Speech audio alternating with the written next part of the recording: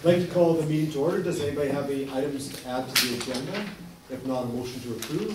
Moved by Bill, second by Jeff. Discussion, all in favor, carried. We have the minutes of February 24th. Are there any errors or omissions? If not, a motion to approve. Moved by Jeff, seconded by Elmer. Discussion, all in favor, carried. And we're very pleased to welcome our delegation tonight. We have Gary Pendergast and Janet Lemieux to talk about the Revelstoke Workforce Survey. And so my understanding is you've got a slide presentation, which I'll slide over, and the floor is yours. Thank you. So the labour market strategy, we started in October. We had to write a survey, we went round to see businesses, and the slides will now give you the results so far. We were still collecting information as of last Saturday, so it's not final by any means, so it's an interim report at the moment. But that is what we had to try and do. To find out about the labour market profile in Revelstoke, and to understand the attraction and retention strategies used, and then the training needs we wanted from that. I'm not going to read them all. I'll try and leave them up there for a while. So those 5 things were what we had to answer. The labour market profile information, current and projected labour market needs, retention and attraction strategies, recommendations or strategies, so that we can also enter into those, and the desired training needs and looking. We reviewed the business licences from the city and came up with a list of 330 local businesses, of which we found 100 had 3 or less employees, so we didn't survey those. We divided them into sectors, and it was based on the Business Retention and Expansion Report from 2011. We sampled over 30% of all businesses in each sector, and it was 150 businesses of those. 14 were large employees, some were small, some were old, some were new. A statistic's not on there, we actually covered 3,260 jobs. Some of those, of course, were part-time, some were seasonal. Some people were obviously counted more than once because they may have more than one part-time job. These were the top 14 employers in Revelstoke from the survey. I don't think there are any surprises there. I'm just surprised you didn't put sd19 at the top of the list, given you were coming to. Beyond that, no other surprises. Sorry about that. Thank you. I'll correct it for next time. Thank you. So one of the findings straight away, 45% of those companies forecasted they wanted to expand in some way or another. 49% said they would stay just as they are, and 6% were going to contract. We did ask companies whether they had just employees or whether they contracted their employees, and as you can see from there, 90% are straightforward employees, with only 10% being contracted. The male-female split on the worker profile is just about what we would expect. And one thing we did find, this was the first surprise to us, that in BC it's expected that there'll be a large number of jobs available on the basis of retirement. That doesn't appear to be the case in Revelstoke. We only have 8% of the working population at present 55 and over, so therefore within the retirement age. Sorry, that's 20% here. Add the two together. 20%. Yeah, 8% female and 12%. Oh yes, yeah. Sorry, yes. These are the positions in gender, so we have, you can see, majority of jobs in part-time are female, the majority of jobs in casual jobs are also female. This was one of the biggest concerns, the education levels that are present in Revelstoke. So the current, the way in which it shows, 47% you can see there is high school plus. Now, what we mean by plus is a trade, not an apprenticeship, but some sort of certification to do a particular job. The college apprentices, as you can see, be there. 31% at present, and 17% university. The forecasted need, according to the BC stats, is the larger amounts. 34% university, 44% with the college or apprenticeships, only 18% with high school plus certification, and the less than high school stays much the same. So that's a concern that we've got quite a gap there to fill. So these were things that employers requested. We didn't ask very specific things just about education.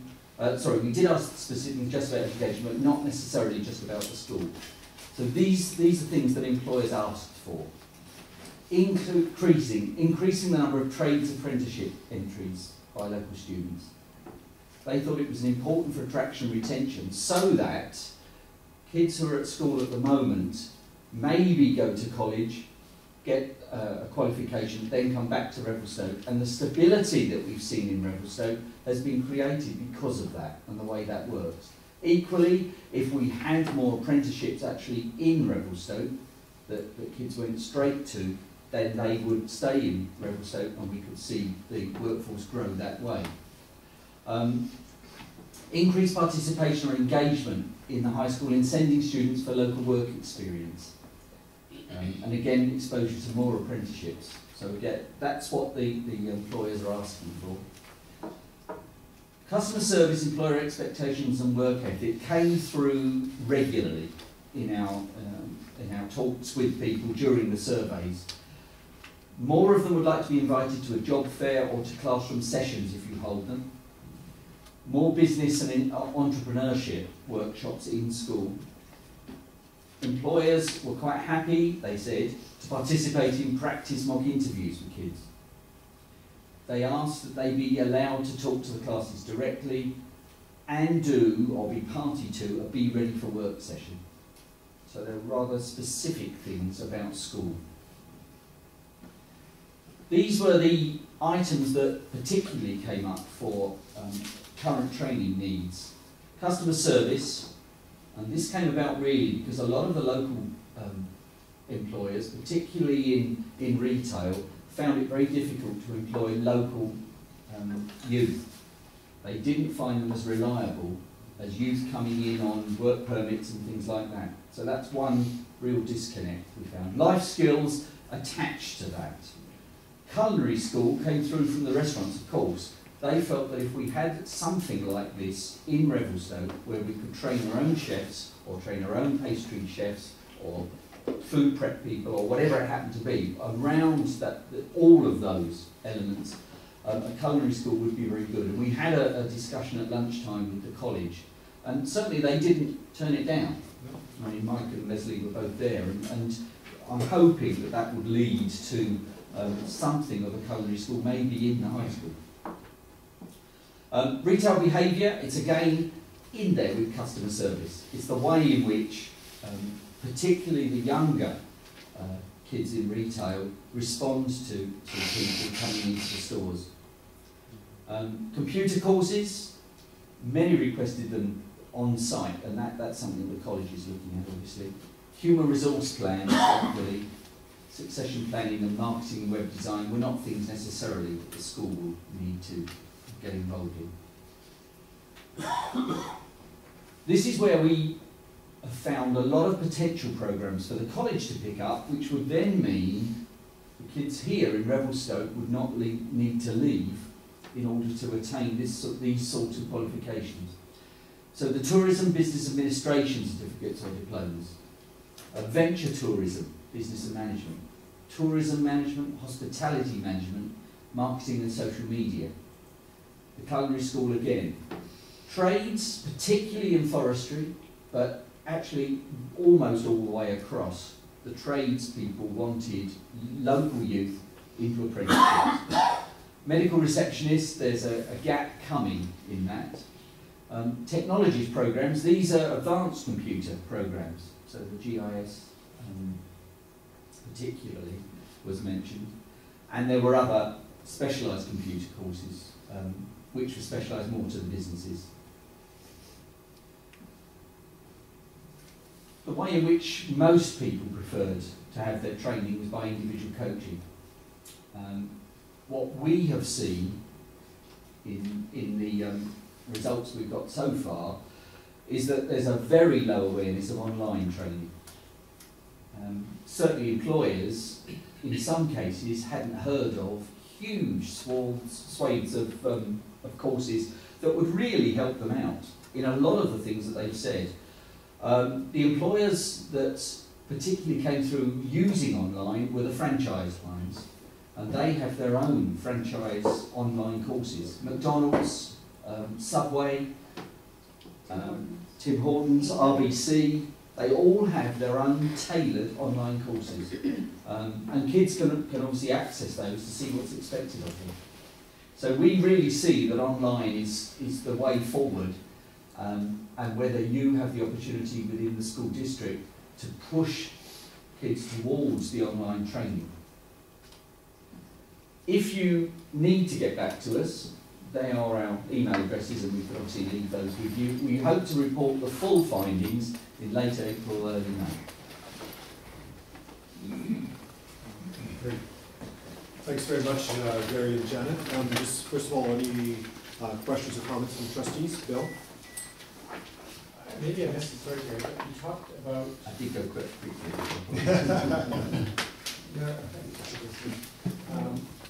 Early on, when you talked about the reasons for doing this, did I understand correctly it was to see where the labour market shortages were? Yes, it's attraction and retention. So there were, Yes, there particularly. were 3 parts of the problems with this report, saying that there would be a 68% labour shortage by 2023 due to retirement. And so, and many businesses throughout the province were having labour shortages. So, but we weren't really sure. There was anecdotal evidence. There were some positions they were struggling for, but we weren't really sure to what depth. And so, ultimately, what you're going to come out with in this report is a set of recommendations about maybe how to meet those That's things correct. related to things like training and so on. And particularly related to the shortage jobs that we find. I don't think that those shortage jobs will be a surprise to most people, but obviously what we're trying to do is to make sure we can get those jobs filled and regularly filled. I mean, there will be turnover, there always is turnover, but we need to make sure they're filled. And what we want to do is to try and show the attraction elements of that and how once you've got them, you can retain them. So part of our survey was actually educational, in that what we found as we were conducting it, people were looking down our lists of attraction and retention strategies and saying, oh, I hadn't thought of that, or I could do that one, and so on. So in looking at retention strategies, did people mention things like rates of pay? As Yes, and we've done that's why we haven't yet got those numbers, as it only finished Saturday. But yes, what we actually did in the survey is to ask the average of for every job that we surveyed. So all the employers gave us an idea. So it was based on the national occupational categories, and they have low, median, and high wage categories. So we asked them, because employers generally don't like to tell us what they're paying, so we asked them to select one so that we could kind of get an estimate of what they're paying. The reason why I asked that is because, I don't know if you've been reading it, there's been a lot in the media lately about, especially down in the States, a lot of the big box stores realizing they need to raise their minimum wage, which horrifies me in a whole way. It's quite frankly down in some of those places. But how some of the more successful, especially big box operations, actually have very high wage levels as far as retention of their staff. Yeah, that certainly is one of the largest things, but there are a number of I'm others. sure there's lots of others. Yes, there are a number of others, and not everyone is able to do them, or because of the organisation. But yes, we've already seen some pictures begin to come out, but until we've really gone right through it, we don't feel ready to actually announce what those things are. Okay, good. Thank you. Leslie? Online courses. I understand that you said more online and distance education, one of the things we should be looking at.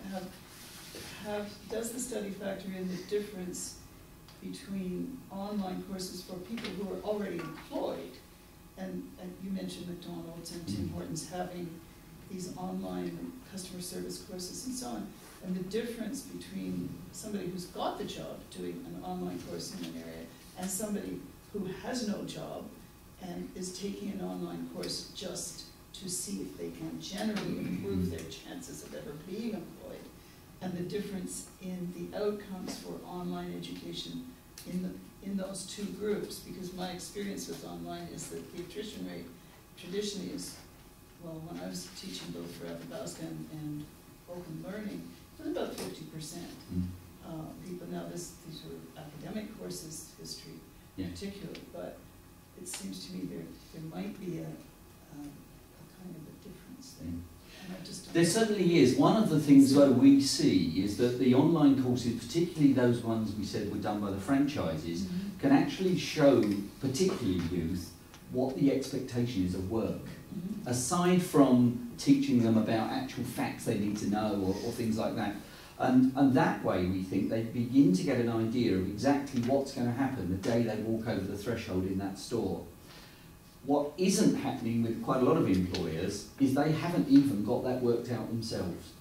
Subsequently, when someone starts work, they don't relate an expectation to the youth coming in, and then the youth does something that they shouldn't have done maybe, but because they're not aware of it, and there's no HR policy in place, and those expectations aren't explained well enough. So what we're saying is youth can really find out in general the expectations for working in retail or fast food or whatever by using those online courses. And out there, I'm sure there are online courses for virtually every type of employer. So it's a matter of searching for them and then using them as part of the training. So specifically, the questions that we asked were tourism training, because there's 3 different institutions that deliver online training for customer service. And I think awareness, not just youth, was 1%. And then we asked about awareness of TRU, Athabasca University, BC courses, or how to search for online courses. The awareness was under 5%. Revelstoke employee. By businesses. So if they, if one of their employees wanted to go and find a course, and then we had a series of lists of courses that are MOOC. I don't know if you're talking MOOCs. They're massive online courses where employees could go and find out a little bit about how to do something, and the awareness was, I don't know, 4%, 5%, 2%. So just the general knowledge that there is a way of learning by accessing online courses is really extremely low, which is unfortunate since we have no other way of getting education here beyond high school, really, at a college or university level. It's very difficult because we don't have the numbers. Yeah, when you were talking about it in college this morning, I wondered if it would be worthwhile a group of the Chamber of Commerce here getting together and actually producing an online course, say one for retail, one for tourism, so on, so that it was, if it's related to the environment, to the context, it sometimes is that much more successful. But offering, employers offering to actually pay for that course for their new employees would be one way to enhance the awareness of it and really, create a change. Mike? Yeah, I just wanted to say thanks very much for the work and for both presentations today, and it was just as good this time, you guys. Oh, good. The report, when we do have that final report, it's going to be very helpful for our high school staff, specifically people like Jeff Colvin and Aaron Williams and Jody Wallach and the administration there that are looking at trades training and our career training. We ask our kids annually through satisfaction surveys if they feel like they're being prepared for life after school. So we have some really good data on what they think we're preparing them for. And it's going to be really helpful to share with them to say this is where we believe truly where you ought to be focusing your training, and it certainly will help for our students. So thanks so much for coming. And I'll just maybe finish with a couple quick comments. A couple things I found very optimistic there were the sense of optimism in terms of number of businesses saying we're going to be expanding, and then also the when we looked forward, I think it was 2022, the greater need for education for a number of jobs. Then I'd just like to sort of end on a similar note to Mike in terms of we've always had a great relationship, particularly between the secondary school and business community, a lot of mutual support, and I know our students have really benefited from the work experience and support for PERC and So we look forward to the full results so we can even improve that relationship. So thank you very much for the work you're doing. Thank you. Thanks. Okay. Yeah. Well, that's all our equipment, so you're fine, you don't need any. Yours, no, sorry. You're welcome to stay. No, that's. Okay, fine. Look at the sunshine outside. We're going to crunch the numbers. Yeah, that's all good. Thanks for Okay, your time. Thank you. thank you. So next we'll move on to the superintendent's report. Mike, any items you'd like to You add? bet, yeah, so I'll just walk through a number of highlighted items, and then if you've got questions, we'll come back to them if you might have. Under item number 6, a bit of an update on the Revelstoke Community Energy Incorporation project. Of course, the day after the fire, we were in touch with, or Larry Marchand was in touch with us, because of course we've been drawing heat off of them, and then what immediately happened is it was very clear they needed to be drawing heat off of us, so we do have a boiler backup. Some areas don't have boiler backup, so in fact what we wound up doing is heating their system to ensure that, that their system kept going, and so and that still is happening, and Larry's continuing to work with us on that, and there'll be a little bit of cost savings in there for us because it's a little bit of a cost help for the community energy project. Item number 10, in late February, I received a request from the UBC Educational Studies Department, which was a call for proposals, and for a conference coming up in third week of April on a Saturday at UBC called Investigating Our Practice, and reading through the request for proposals, it reminded me of the work that Pam Mayer and Bayview staff, but led by Pam and Colleen, are engaged in with their mindfulness and healthy habits programs. So I helped them put a proposal in, and not surprisingly they were accepted, so there's an update on that. That's Saturday, it's in there, it's 15, 16, 17, whatever the Saturday is in there, but it's upcoming, and I promised I would help with the technology side of it, so we're joining. Item number 13, a couple of highlights in terms of, and you'll see a few in terms of meeting with Miriam Manley throughout, so I'll just highlight them in terms of the work that Miriam's doing. She continues to do excellent work in that Performing Arts Center, bringing certainly the work that's going on to integrate with what's happening in the school. Our students are benefiting and our school is benefiting. And we made a very small concession to board policy some time ago to say that we would entertain having alcohol being served at some limited functions. And she's done an excellent job of that, and it's a small thing that happens, but we clear it each time.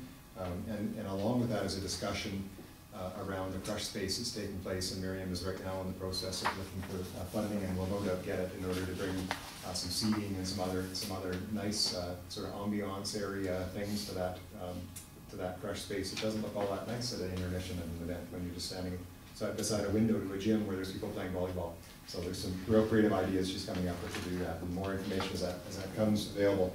At the bottom of the page, item number 17, just it seems like a long time ago now, the Ready, Set, Learn, but the partnerships that take place, I'm going to highlight in a moment that Gordon Lee, the BC Principals Association president, happened to be in town the day that Ready, Set, Learn, and he happens to be an elementary principal, and of course knows of Ready, Set, Learn, and said he'd never seen a Ready, Set, Learn like that. With that much energy, that much involvement, and that much there. He said, you know, it's Ready, Set, Learn, he's accustomed to be a couple of tables, and some people come through, and that was in Burnaby. So outstanding work, and it takes place to get that event ready. I did highlight Gordon Lee's visit because he picked a great day to be here. He was here for Ready, Set, Learn in the morning, and a primary teachers meeting in the afternoon, which is item number 25, 6, 7. I'm trying to do this with my glasses on. Item number 27, and was extremely complimentary both in person and then again on Twitter later on when, with how impressed he was with their district. And he said he had been told by a former Minister of Education that had to be George Abbott that they're doing something very special in Revelstoke. And he said, and I always had heard that in his years in Burnaby, and he said, now I'm glad I saw firsthand for myself what it is, and ending with the primary teachers meeting and commenting on the collaboration that clearly takes place, and from an elementary principal from a pretty big district, that was a nice compliment for our staff. There's my glasses on for the last couple. Good idea. Yeah, for sure. Item number 30. Oh, I actually just want to follow up very quickly on the primary teachers meeting. The first meeting was really focused around resources and literacy, and this last meeting was focusing on numeracy and the changes that are taking place with the K-9 curriculum. And just, I acknowledgement of the teacher leadership that takes place in that room. The primary teachers, I send the notice out saying that the dinner meeting is coming up, and immediately get the responses back because they're excited to get together, and it's their agenda, and I know that they really enjoy doing it, and they do give the afternoon and evening up after a long day of teaching, so it's nice that they're doing, great that they're doing that work. Item number 30, again with a substantial amount of work, I'm glad Michael's here.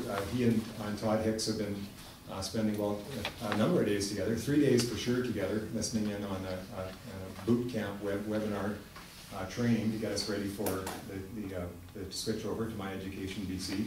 Along with that as well, they had to complete a full document to send back into the ministry, which is our implementation plan. And I've just noted just a very few things in there in terms of resource needs and the conversion plan. And there's some very, very specific and very well laid out work that both Michael and Todd are engaged in doing, and I thank them for that work. A number of grants. Item number 32, we reviewed a few successful grants and then one more to announce. So Healthy Schools grants in the amount of $5,000 and a Skills and Training support grant in the amount of $5,000.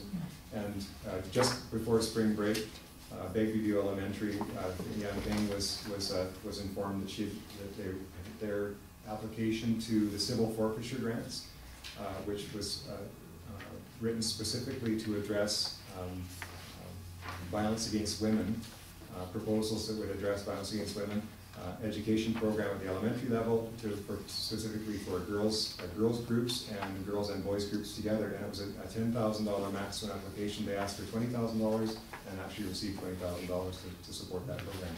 So that has just come, and I'll be sharing with you more specifics as we get to what that program is actually going to look like. We were kind of surprised we got that, and pleasantly surprised. On the last page, a couple kind of tied together. I'll do item number 40 and 49 together.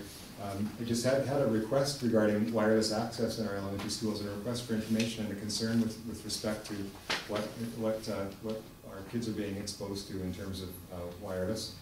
And so through doing a little bit of consultation, of course, with Michael, who's a great resource for us in the first place, but then also with Safe and Healthy Schools and Schools Protection, for some background on wireless, and just to confirm that everything that we're doing in the district complies with the Health Canada regulations, and Health Canada regulations inform Industry Canada regulations, which sets levels of acceptable whatever it is, whether it's, in this case, it's our wireless, and says that these devices meet Industry Canada, which meets Health Canada requirements. And Michael did the background checking. We knew it was the case, but in fact, we're double checking that all of our new equipment meets those standards, and of course it does. So, just for your information. And I want to just back up to item 47 for a little bit more instructional focus, just to say that our early intervention hours are coming to an end at the end of April, and we are in the final 10-week of interventions. Some really interesting data that's come out. We collect all this information about our students' reading levels in the spring, or in the fall, the winter, and again in the spring. And we're actually right now engaged in, Andrew Sykes is engaged in a project with Mia, where we're looking at the current grade 2 students going back to their kindergarten dials, because we're investigating the use a little bit more closely of our dials measurement tool to see just how much of an indicator that is in our grade 2 and grade 3, that reading level. So providing interesting instructional focus and dialogue. So if you got any questions about the others, Anne? Thanks, Mike. Any questions, Jeff? Let's go back to 13. Yeah. Serving alcohol. I hope to do some personal research on that. Yeah. Couldn't make it. I have done some. Not that. Oh, another one. Yeah. But I saw Miriam at the Louisiana ABAG, Yeah. and I asked her about it, and she was very, very positive about it. So it really did enhance the theater experience. Yeah. I think we've seen more applications for that. Yeah, and I just want to clarify for that one, because the discussion has been the exposure of like our students walking through. So for example, students coming to a volleyball practice, they walk through an event when the alcohol's up. So presently, the alcohol serving area has been down in the drama space, which keeps it very closed. Miriam would really like to move it up in a crush space, and we're working hard to have something like that happen. Also back to understanding that at no point would our students be walking through that area, and there is a way to do it, and we're working on it. So, but that has been important to us to protect that. And 48. Yell?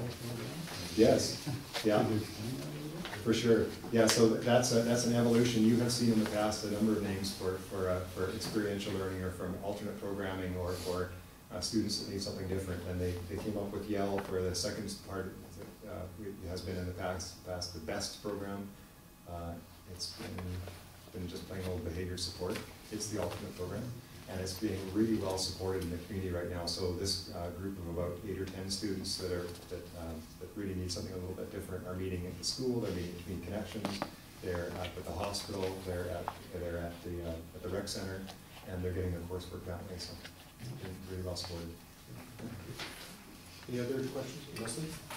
Just number 3, and it's wonderful to hear that Okay. Columbia Park had a Chinese New Year luncheon. Yeah. I'm just wondering if other ethnic groups are similarly respected in terms of lunches and celebration days for their national holidays. Yeah, I would say that generally speaking, and that there would be a plan to say every year that's going to happen. But depending on the theme at the school at the time, then they will pick up on those. And you would well know there's so many celebrations, you can have a party every week. So well, I know so it would they be would great focus it. Yeah, if yeah, we could have. yeah. The multicultural thing is really Yes. nice to hear about. Yeah. And I want to hear about Zero the Hero. No, you don't. See? Don't get them started. Give you a picture. Just briefly. Very, very briefly, it's 100 days of school. And so at about 10 days of school, I've been given a costume, which truly is mask, capes, and tights. And I run in, we celebrate Zero the Hero, there's a song, it's the 10th day of school, and then I promised to come back on the 100th day, and I did. Good for you. Yeah, That yeah. sounds Any opportunity to look a little bit silly, and I do look a little silly, yeah. But kindergarten kids like it. I also had a question about number 35, and the request for a reference for the UC Master's Program. Is that a Master of Education, and is it an ex-student, or is it a teacher? It's actually a teacher, yeah, Oh, yeah, okay, yeah. great. It is. And I was trying to think when I put that in, I hesitate to put names right in here, but it's Barry Rourke. He's working on his master's, and he's actually going after his on economics. Yeah, and we have a whole lot of other teachers here. Thank you. And I just, Bill? Sorry. Bill? So what, number 36, so what is, maybe I should know this, but what is the covenant with the city for the heritage? Oh, that's actually the piece of work, and I'm not sure that we've got it in this one. That's actually the piece of work that finalizes the heritage status, and so now it'll go on to that process was required for it to be recognized on the Canadian list of heritage sites. So is it a covenant that's listed against the property, is that how it works? Yeah, so you can't pull it off, so somebody can't buy it and then change their mind on it, yeah. So that's finalized now. That's finalized, it is a heritage site. And with regards to item 39, the Pink Day celebrations, Yes. I would like to make a motion that school staffs,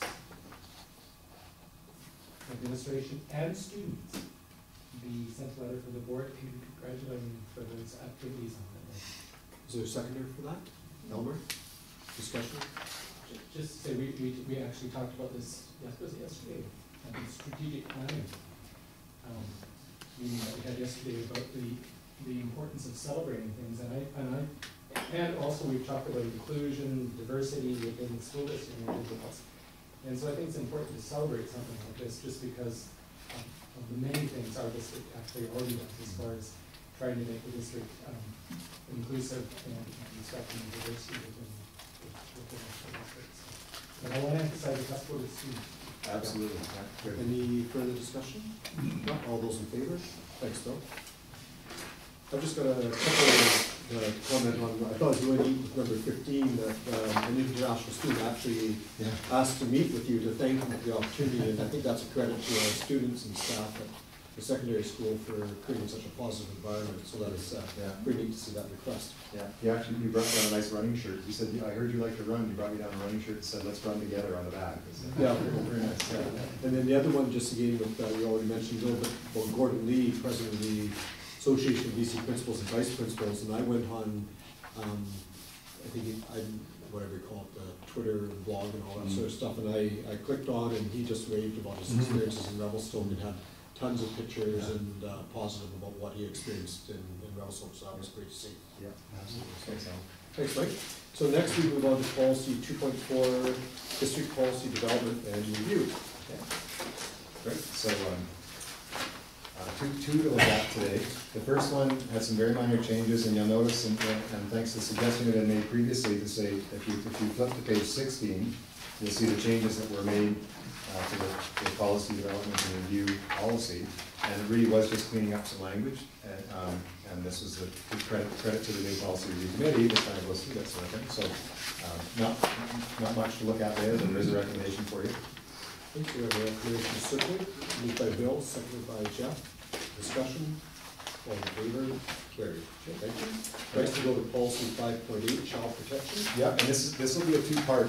So what I'm suggesting that we do with this is, recommending that we do with this is that we have updated our policy based on changes to the Child and Family and Community Service Act. So the only changes that we've made to this to the policy at this point are the ones that were recommended from Children and Families that now put our language, kept our language in alignment with the Child and Family and Community Service Act. So no other changes have been made. So the first thing to do would be to update our policy, so this wouldn't go to policy review. It's not gone to policy review nor for circulation.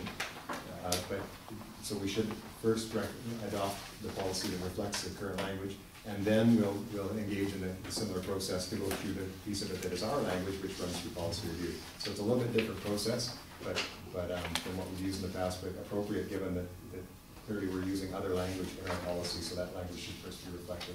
So the first step is to comply with provincial regulations. Exactly. Okay.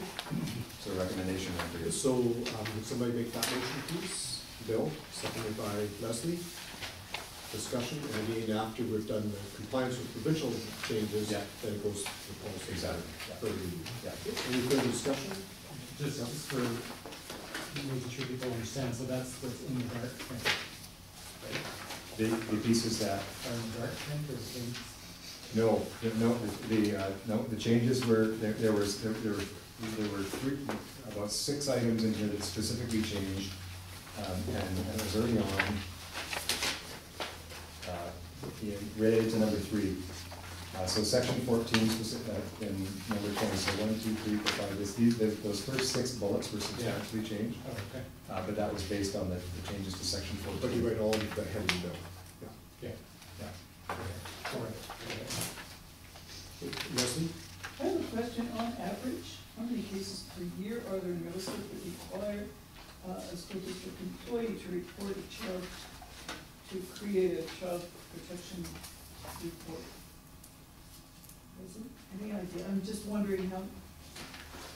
Well, we have very small. We certainly have very small numbers, and small enough that you consider that there would be, like, if we were to roll that out and send it to the province, they would send it back to us masked, because they would say your sample size is so small that we would risk identifying individual students or families if we released that data. So for sure, we definitely need the policy. But yeah. I'm not Oh, yes, yeah, questioning yeah. that. It was more. Yeah. Just curiosity. yeah. Thank you. Yeah. There are a couple of typos on page 20, but someone seemed to. Well, that'd be Bill, I think, policy review. Number 3 was Yeah. 3 and 4. Send that on to the policy. Come on. Okay. Any further discussion? Not all those in favor? Carried. Thank you. Next, we go to 2015-2016 district calendar. Okay, good. So the process that we followed, we began back on December 17th, as we always do, to circulate a draft calendar, which is in compliance with our collective agreement language, which basically sets bookends to the school year, starting in Labor Day, following through to Christmas break, a 1-week spring vacation, and then the last day of school on usually the last Friday of June. And so that calendar circulated. As soon as that one went, it became apparent, and I've outlined in here why the 4-day spring break raised the discussion of a 2-week, the potential of a 2-week spring break. And I say 4-day spring break because the spring break fell into Good Friday and Easter Monday. And this only happens about once every, I think it was 2005, the last time it happened, in terms of the way the calendar rotates. And so clearly there wasn't a large appetite to lose a day of vacation as a result of it running into Good Friday, but that is the way that the calendar works. So that brought up a little more discussion this year about how we might protect instructional time, protect the days of instruction, and still manage to have a 2-week spring vacation. A number of times throughout this process, I pointed out that we are not in the practice of doing what other districts do because other districts are doing it. That said, it is very clear in my survey, and I think I pointed out in my admin report that I had an admin report, that we spent a substantial amount of time surveying the other school districts to determine just how many were actually still staying with a 1-week spring break and how many days of instruction other school districts had. What the recommended calendar that we come to at this point protects our instructional time, dipping to 184 days of instruction for students with a 2-week vacation.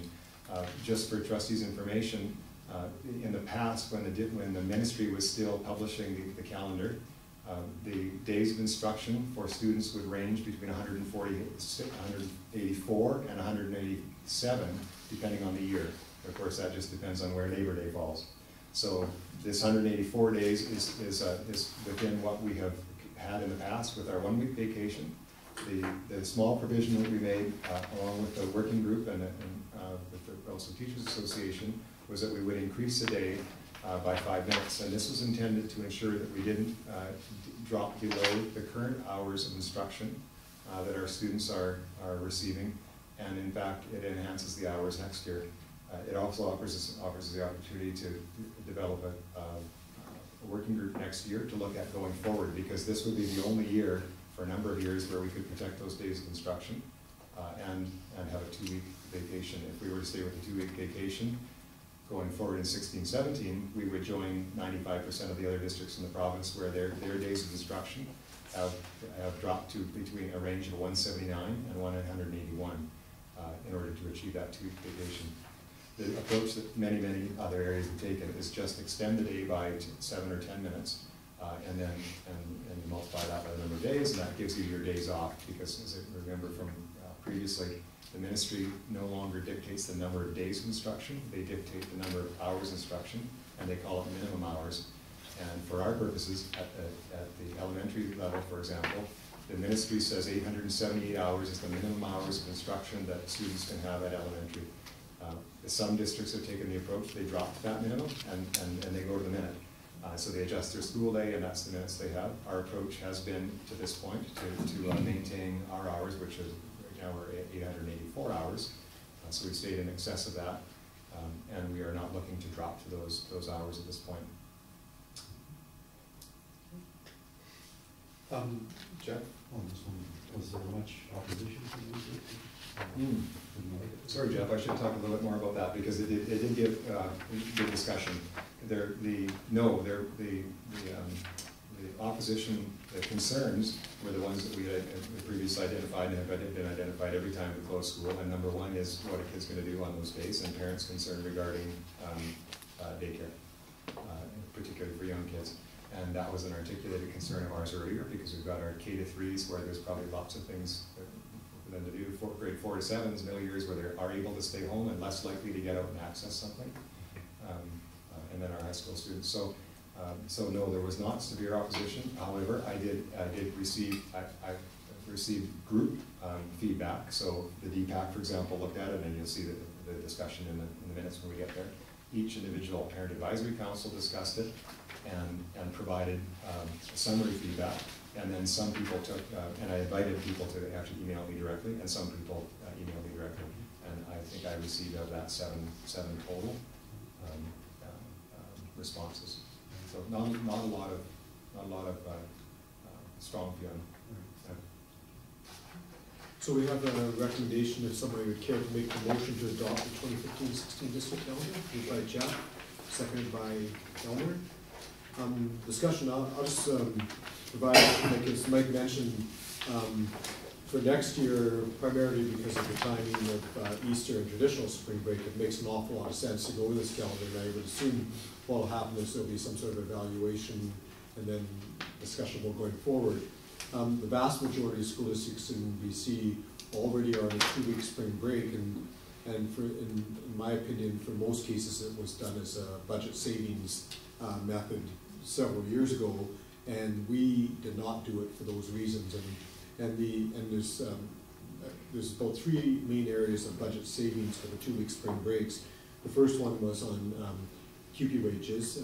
QP employees are already paid and they were simply laid off for an additional week. In terms of administrators and teachers, there's no difference in rate of pay, so some districts did it as a way to save money, basically in my opinion, on the backs of the QP employees. The other ways are fuel for buses, because the buses are driving for 5 days less, but with our compact geography, that's not a significant factor for us. And then the third factor would be the utility costs for the schools themselves. And so a lot of districts did it not for educational reasons, but for budgetary reasons, and we have always resisted it because when there has been really split reaction from parents as to whether or not they want a 2-week spring break, but it does, in my opinion, make a lot of sense for next year. So a quick question first, and maybe I could calculate this real quick, I'm not sure, but, so has the 5 minutes already been added in this calendar today? Yeah, on the backside, if you have a look, then the lunches, and the schools may decide to do something differently, but our we needed to make a decision about where we would put the 5 minutes, and we did agree that the 5 minutes wouldn't go at the start or the end of the day, in terms of disruption to families and students and routines. So we've taken 5 minutes out of the lunch hour, so that's where you see the 5 minutes added on at this point. Okay. Yeah.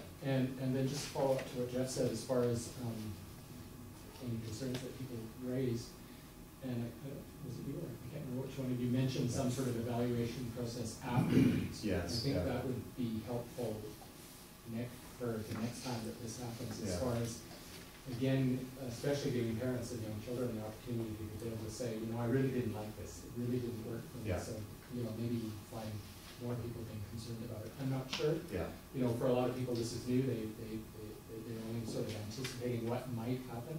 Mm-hmm. But once it's actually happening in the district, I think you might get a better response. Yes, more that's right. response. Yeah. Right, and I understand there's been discussions already started with other agencies in the community to say, here's a good chance to offer some more recreational programming. Yeah, so we certainly won't be saving money by closing our schools down. That's right, yeah. Okay, any further discussion? Not all those in favor? Carried, and thank you for the work there. Now we turn to Bruce for the 2015-16 provincial funding announcement. Thank you. Thank you.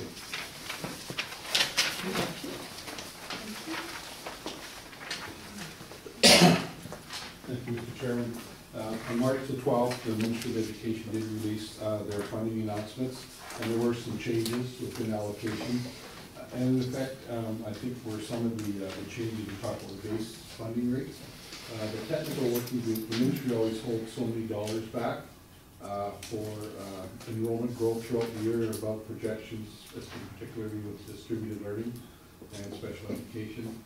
The technical review committee said, look, rather than giving us such a large chunk, like last year we got about $75,000, giving it back to us late in the year, why don't you reduce that you're holding and allocate it out early on in the year so we can make more accurate plans. And so that's really where that money came from. It's not new money in the system, it was money that was being held back that's been added on, so which I think is an important point. As you can see here, the administrative savings that we're looking to find, and the ministry is still working on defining what that is in the process. We did receive some information yesterday. We're expecting a little bit more to come in to clarify that. Our overall grant has only gone up by $25,000, and I would say at a $9.8 million budget, that's not a lot of money. When you have to look at, say, you can see some of the things that are happening down below in terms of cost increases and cost pressure. So we'll be working with the committee. It's actually the first meeting starts next week, and looking at bringing reports back to the board. And there's some other options we're considering as well in terms of input. And I think that's sort of what we have right now. We've avoided putting numbers in because, again, we also have to make adjustments based on projected enrollment and other changes that will impact what we're going to spend. Mike, if you, Mr. Chairman. Thanks, Bruce. Bill and I were at a meeting in Vancouver approximately a month ago where school trustees and school boards expressed a great deal of concern with the funding levels in the Ministry of Education, and a motion was passed at that meeting requesting all boards to set up meetings with their MLAs to talk about the funding issues, and so we as a board had a teleconference with our MLA, Norm MacDonald, this afternoon, and basically let him know some of the challenges we're going to be facing so that he can advocate on our behalf. And then he also filled us in on some of his perception from what's happening at the provincial level. But basically, there's no question that we are going to have to make budget decisions that are going to impact children in the classroom. And we believe the provincial government has been disingenuous when they make comments such as, well, you can just cut it from administration, that's pretty low-hanging fruit. And if you look at school districts and the amount of surpluses they have, there shouldn't be any issue at all. And those, in the cases of surpluses, in most cases, they're targeted funds specifically earmarked for future purposes, whether it be for capital or for contractual obligations. And so, like I know in our case, we don't have this big surplus sitting out there that people are trying to portray. And secondly, in terms of administration, as a small district, we have a very low administrative component. And if you look at, say, for example, our principals in our schools, they're pretty well all teaching as well and taking on district responsibilities because we don't have district administration in most areas. And so we have a lot of concerns, and it's too early to identify a specific number in terms of what our budget challenge is going to be, because it always has to be adjusted for enrollment. But the budget committee is starting to work next week, and it'll be coming back to the board, and I think we need to get the message out that the funding that's coming from the Ministry of Education is less, and it's going to cause problems. And I'd open it up if any other trustees wish to add a comment or ask a question for Bruce. I would just note while you're thinking of that too, that budget announcement is available on the Ministry of Education website for anybody that wants to see that. That's there. We just haven't included that in the package for saving a paper at this point. It's just numbers for us. And just in terms of also the advocacy on behalf of school boards, the BC School Trustees Annual General Meeting is coming up mid-April, and a number of the motions that will be coming forward will be directly related to education funding, because it is a concern that faces every district in the province. Okay, thanks, Bruce, and we look forward to those regular updates. Now we move to committee reports. The first one is the Policy Review Committee. Bill? Sure, so these are the minutes of our meeting on February 23rd. The items that we dealt with, we continue to work on the new policy on sexual orientation and gender identity. As I think I mentioned last time when I reported on this, it's a very complex policy, but one I think that the school board, once we get to a point where it's approved, we can be very proud of. As far as following along with what I said earlier about making sure our district is inclusive and respects diversity within the community, I think this is a really good example of the type of thing that we can do in the school district. So I look forward to us working through that. It's taking a while, and one of the things that you'll note in there is because for many of us, of course, this is a new topic, and we'll understand all of the definitions, so we're trying to make sure that we understand the various definitions that fall under this policy. We already talked about 2.4 in the previous motion, which is that being sent to legal for circulation. We also looked at policy 2.1, which is the procedural bylaw, and wording that relates to when delegations come right now. There's a sense that maybe there's some confusion in that wording from the perspective so the delegation comes, has its time, which is I think 10 minutes. I think most people probably go over that because you don't want to cut them off.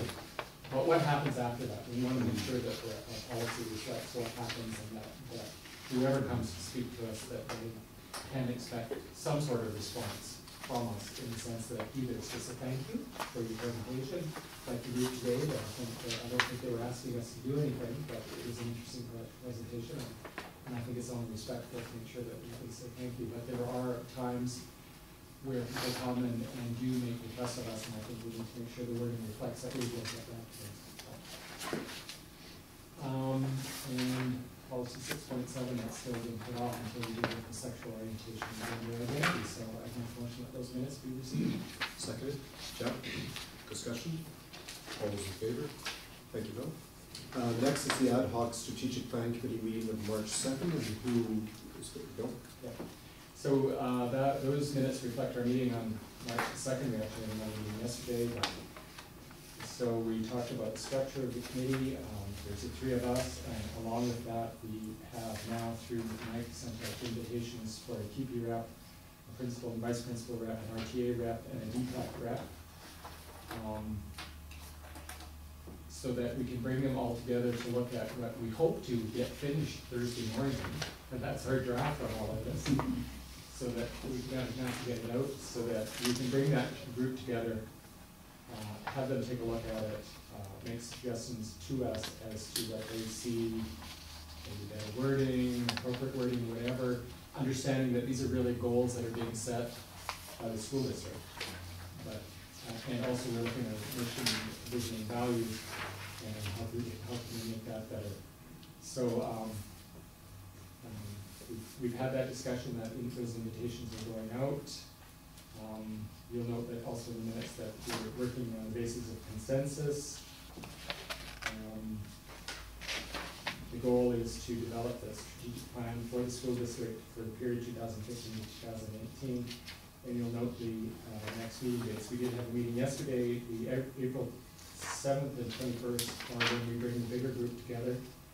And I would just say to other trustees, if you're interested, come along and be a part of the discussion, that's all right.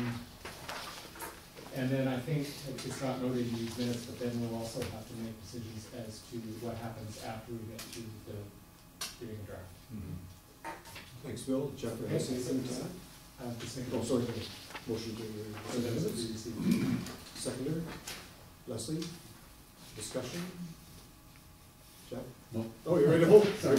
Okay, just thank you very much to the three of you for the work you're doing on this. We had a very productive planning session, and now you're giving it teeth and bringing it to life, so thank you very much for the work you're doing. All those in favor? Carried. Thank you. Next, we go to the District Parent Advisory Council meeting minutes of March 4th. Leslie? Anything you'd like to highlight? We had a discussion about the draft calendar and over, I think most people, not perhaps unanimously, enough support to actually put it into action for next year. There was more discussion about the smoking area at RSS, and I guess we decided that there would be signage and looking at an alternative smoking area. There was some discussion about what had happened in the past.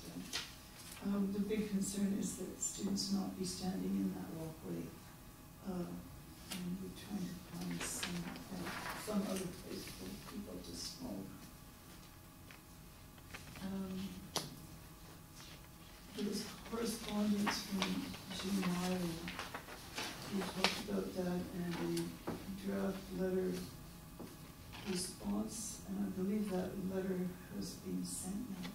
Yeah, actually, that was we're one meeting on, so yeah, that was the discussion of the actual Am I letter on was the sent. wrong? No, you're Right, no. that's You're been good. Page? But that was a That's return to. Yeah. PAC news from all the different Great. schools. I won't go through those independently, but yeah, I thought it was And if we could make a motion to receive the list, that'd be great. so if we could have a motion to, That's you. well, I'll move that we receive the minutes. Seconded. Jeff, discussion, all in favor? Carried. And next we go to the Aboriginal Education Advisory Committee minutes of March 5th. And Leslie, anything you'd like to highlight there? Yes, it was agreed that there will be a meeting on April 9th, planning session, really to discuss the enhancement agreement working session. And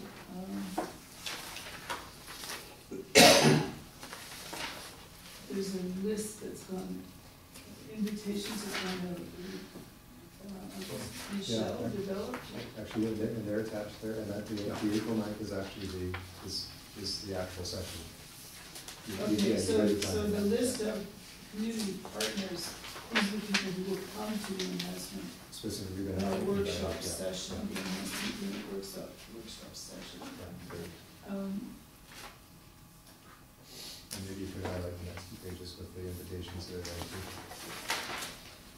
Right, invitations to send representation from the early childhood development committee, social development committee, and parents and recreational students. Also, some students will be included in that group who will be working on the enhancement agreement. There was a discussion of some of the new resources in the libraries,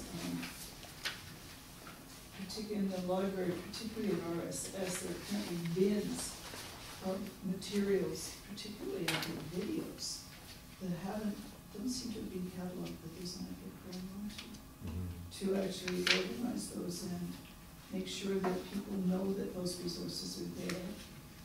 Very interesting presentation by Lisa Kinsella Sykes about the Medicine Wheel project that is ongoing. The committee is looking at that, is looking for space. They discussed space for a medicine wheel with various people. There is a budget for it, I believe, and they discussed the purchase of stones for this with one of the local businesses. I forget who it is that provides stone. So we look forward to hearing more about the progress of the Medicine Wheel project. The Aboriginal Facilitator Grant number 7 that was presented by, a proposal was presented by Michelle Cole to the Columbia Basin Trust at a big meeting, and we're still waiting to hear the results of that. Another legacy project in hand is the planning for Sturgeon Nose Canoe project. But it seems that the first 2 weeks of May, an artist in residence from the Tunaha Nation, Wayne Louie, may be able to come and work with students from the high school on the building a Sturgeon Nose Canoe, which would be really exciting. And I think they're looking for a place to do that.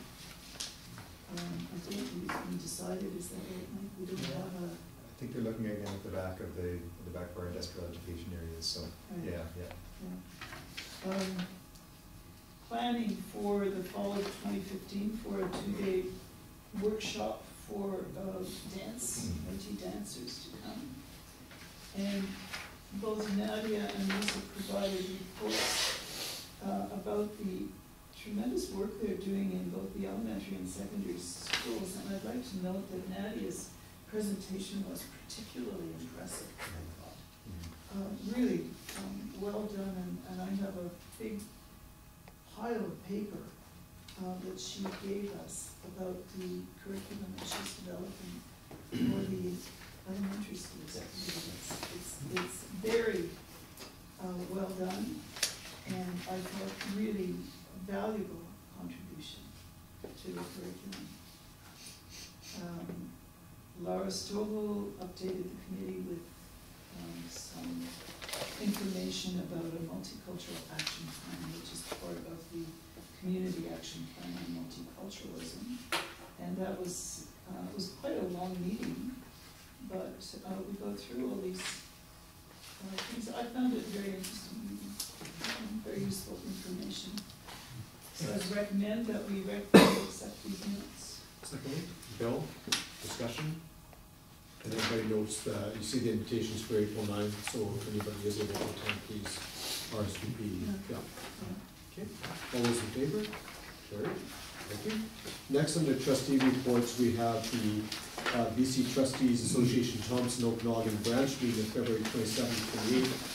Leslie, Bill, Jeff and I were all able to attend, and the branch meetings carry a sort of standard format, and how the branch meetings work is it starts off with tours of a facility that the district wants to educate other trustees about and sort of show off. And then we have a series of meetings for chairs within the branch, for education chairs, Aboriginal education, resolution committees, and so we all go off to different meetings and have meetings with our peers from around the region. And then in the evening, there's always an educational session, dinner, and networking. And then the following day is, the Saturday is the morning spent on district presentations. In this case, Vernon highlighted a number of the academy schools that they're doing, and they're always very interesting presentations. So overall, I think it was a very positive branch meeting. Vernon did a great job. And we do a rotational one so that I think there's 9 branches in our region, so our date in Revelstoke will come. I think the fall one's scheduled for Alder Suius in late September. I'm not sure if anything you'd like to add, Jeff? On the education committee? Sure. Okay. So the education committee, the 9 districts, great variety of programs in these, but just to give some examples reflecting kind of local needs, and I think therefore the value of local school boards. And it's very, very different. Like this district, I reported on the goal of supporting student health and well-being, so I think that was fairly unique. And Penticton, the Princess Margaret Secondary School, they have a program called Through a Different Lens, which started out as a program for students that couldn't function in a regular classroom very well. Now it's in demand by all students, including the gifted program. That enrollment's going up. And Clinton is offering a firefighting course. Many of the students that come from small native villages, and they don't have firefighting Training, your things experience. in the village. So this is supposed to help them to know what to do, and also it's possible jobs in the summertime. In that private area where fires are common. There's one problem that I think we have from that is the committee chair has to report to the business meeting the next morning. And in the past, the chair has sort of read through every report, and it's not a popularity thing to do that. And the other one is she scribbles notes down and then summarizes it. And I didn't think the summarization of ours, at least, is not that great. So my suggestion to the new chair would be to get each district to have a short summary at the top of their written report, maybe 2 or 3 lines, just the main idea, and then what is most important. So I think I'll do that anyway. Next time. So. And then there's Galen Erickson, who is the BCSCA Education Director. And she had some news. The provincial scholarship and awards money is, they're talking about turning it over to the districts to award by their own criteria. So that would be one thing. And next would be in December 1960 was this academy, which is usually held in early December by BCSCA. It coincides with a Learning Forward conference in Vancouver. And this Learning Forward is a pretty big deal. It's an American organization for education. Last year's conference was Nashville this year in Washington, D.C., and 1960 was in Vancouver. So she was thinking of having maybe a little conference within a big conference, like maybe one day or part of a day for BCSDA, but then otherwise we participate in the large conference. There'll be some really top speakers. And, if we don't do that, well, I think she thought that the attendance at the academy would be very low because most people would want to go to the bigger ones. So, so that's about all I got. Thanks, Jeff. Did you want to say anything to that? Bill? Just a couple of things. I think for me, being a new trustee, it was interesting going again to a group of trustees and realizing we have a lot of similarities as far as how we need to do things in our school district. So a lot of discussion at that meeting again about the government's actions on the budget and everything else. That was interesting. But it's also interesting to see the uniqueness of each individual school district, and for me, that says how important local autonomy is, local school boards are. I mean, I was totally impressed with the Aboriginal education program, with regards to what they've done and everything else. I mean, that's just an example. You do similar things here, but again, it's just so important that they're doing school boards. Thanks. And again, I think most of us are probably going to the annual general meeting coming up in April. So, Oh, but did I just mention the Yep. academies, Palmer Lake Intersection? And they just started a Okanagan International Snow Sports Academy. And so they have the Nordic slope side on Alpine, 7 cities in Nordic, 30 miles together. That you're gonna record on dinner. This is the first year, and it's a good This is program. the first year, and it sounded, yeah, and there's no cost to the families, and unless, except for membership in the club. So Yeah. the coaching is done by the club that they belong to, so. That's a good idea. Yeah, they've integrated very well so that a couple days a week they're at Silver Star, and they have some courses there, and a couple days they're in the classroom in Vernon, so good program. Next, we have the Early Childhood Development Committee minutes of February 23rd, and just a couple things to mention is that I think as we reported previously, Revelstoke was selected as one of the 12 early year sites in the province, and that comes with a couple-year funding commitment. And they're having a forum in Vancouver tomorrow, Thursday and Friday, so Mike is going. I'm going to be representing BCSG, and then Linda Chell and Tracy Spanier and Ann Cooper from the provincial organizing body are going to be there. So it'll be an interesting forum next 3 days in Vancouver. And then just the other one to note is that we had our annual planning session for the Early Childhood Development Committee on March 9, and what we do there is we use that blackboard and we write down our available funds, all the requests for programs, and then we talk about it until we balance the budget, and it went well, and there'll be some good programs. And again, thanks to Mike for being a full contributor. And one of the things that's very important is the school district is going to be sponsoring 2 Roots of Empathy programs for next school year, and that was very important to the committee to have those programs continued. So that's just there for information. And that brings us to the conclusion of the regular agenda. Let's see if there's any questions from anybody from the public. June? Thank you. A couple of comments and then a question. Okay. So my first comment is for Trustee McFarland. And again, I know it was mentioned earlier in the meeting on page 15 and 16. I just wanted to thank the committee chair and members of the Policy Review Committee for honoring my request to include the revisions along with the current policy to make it easier to see where those revisions were made.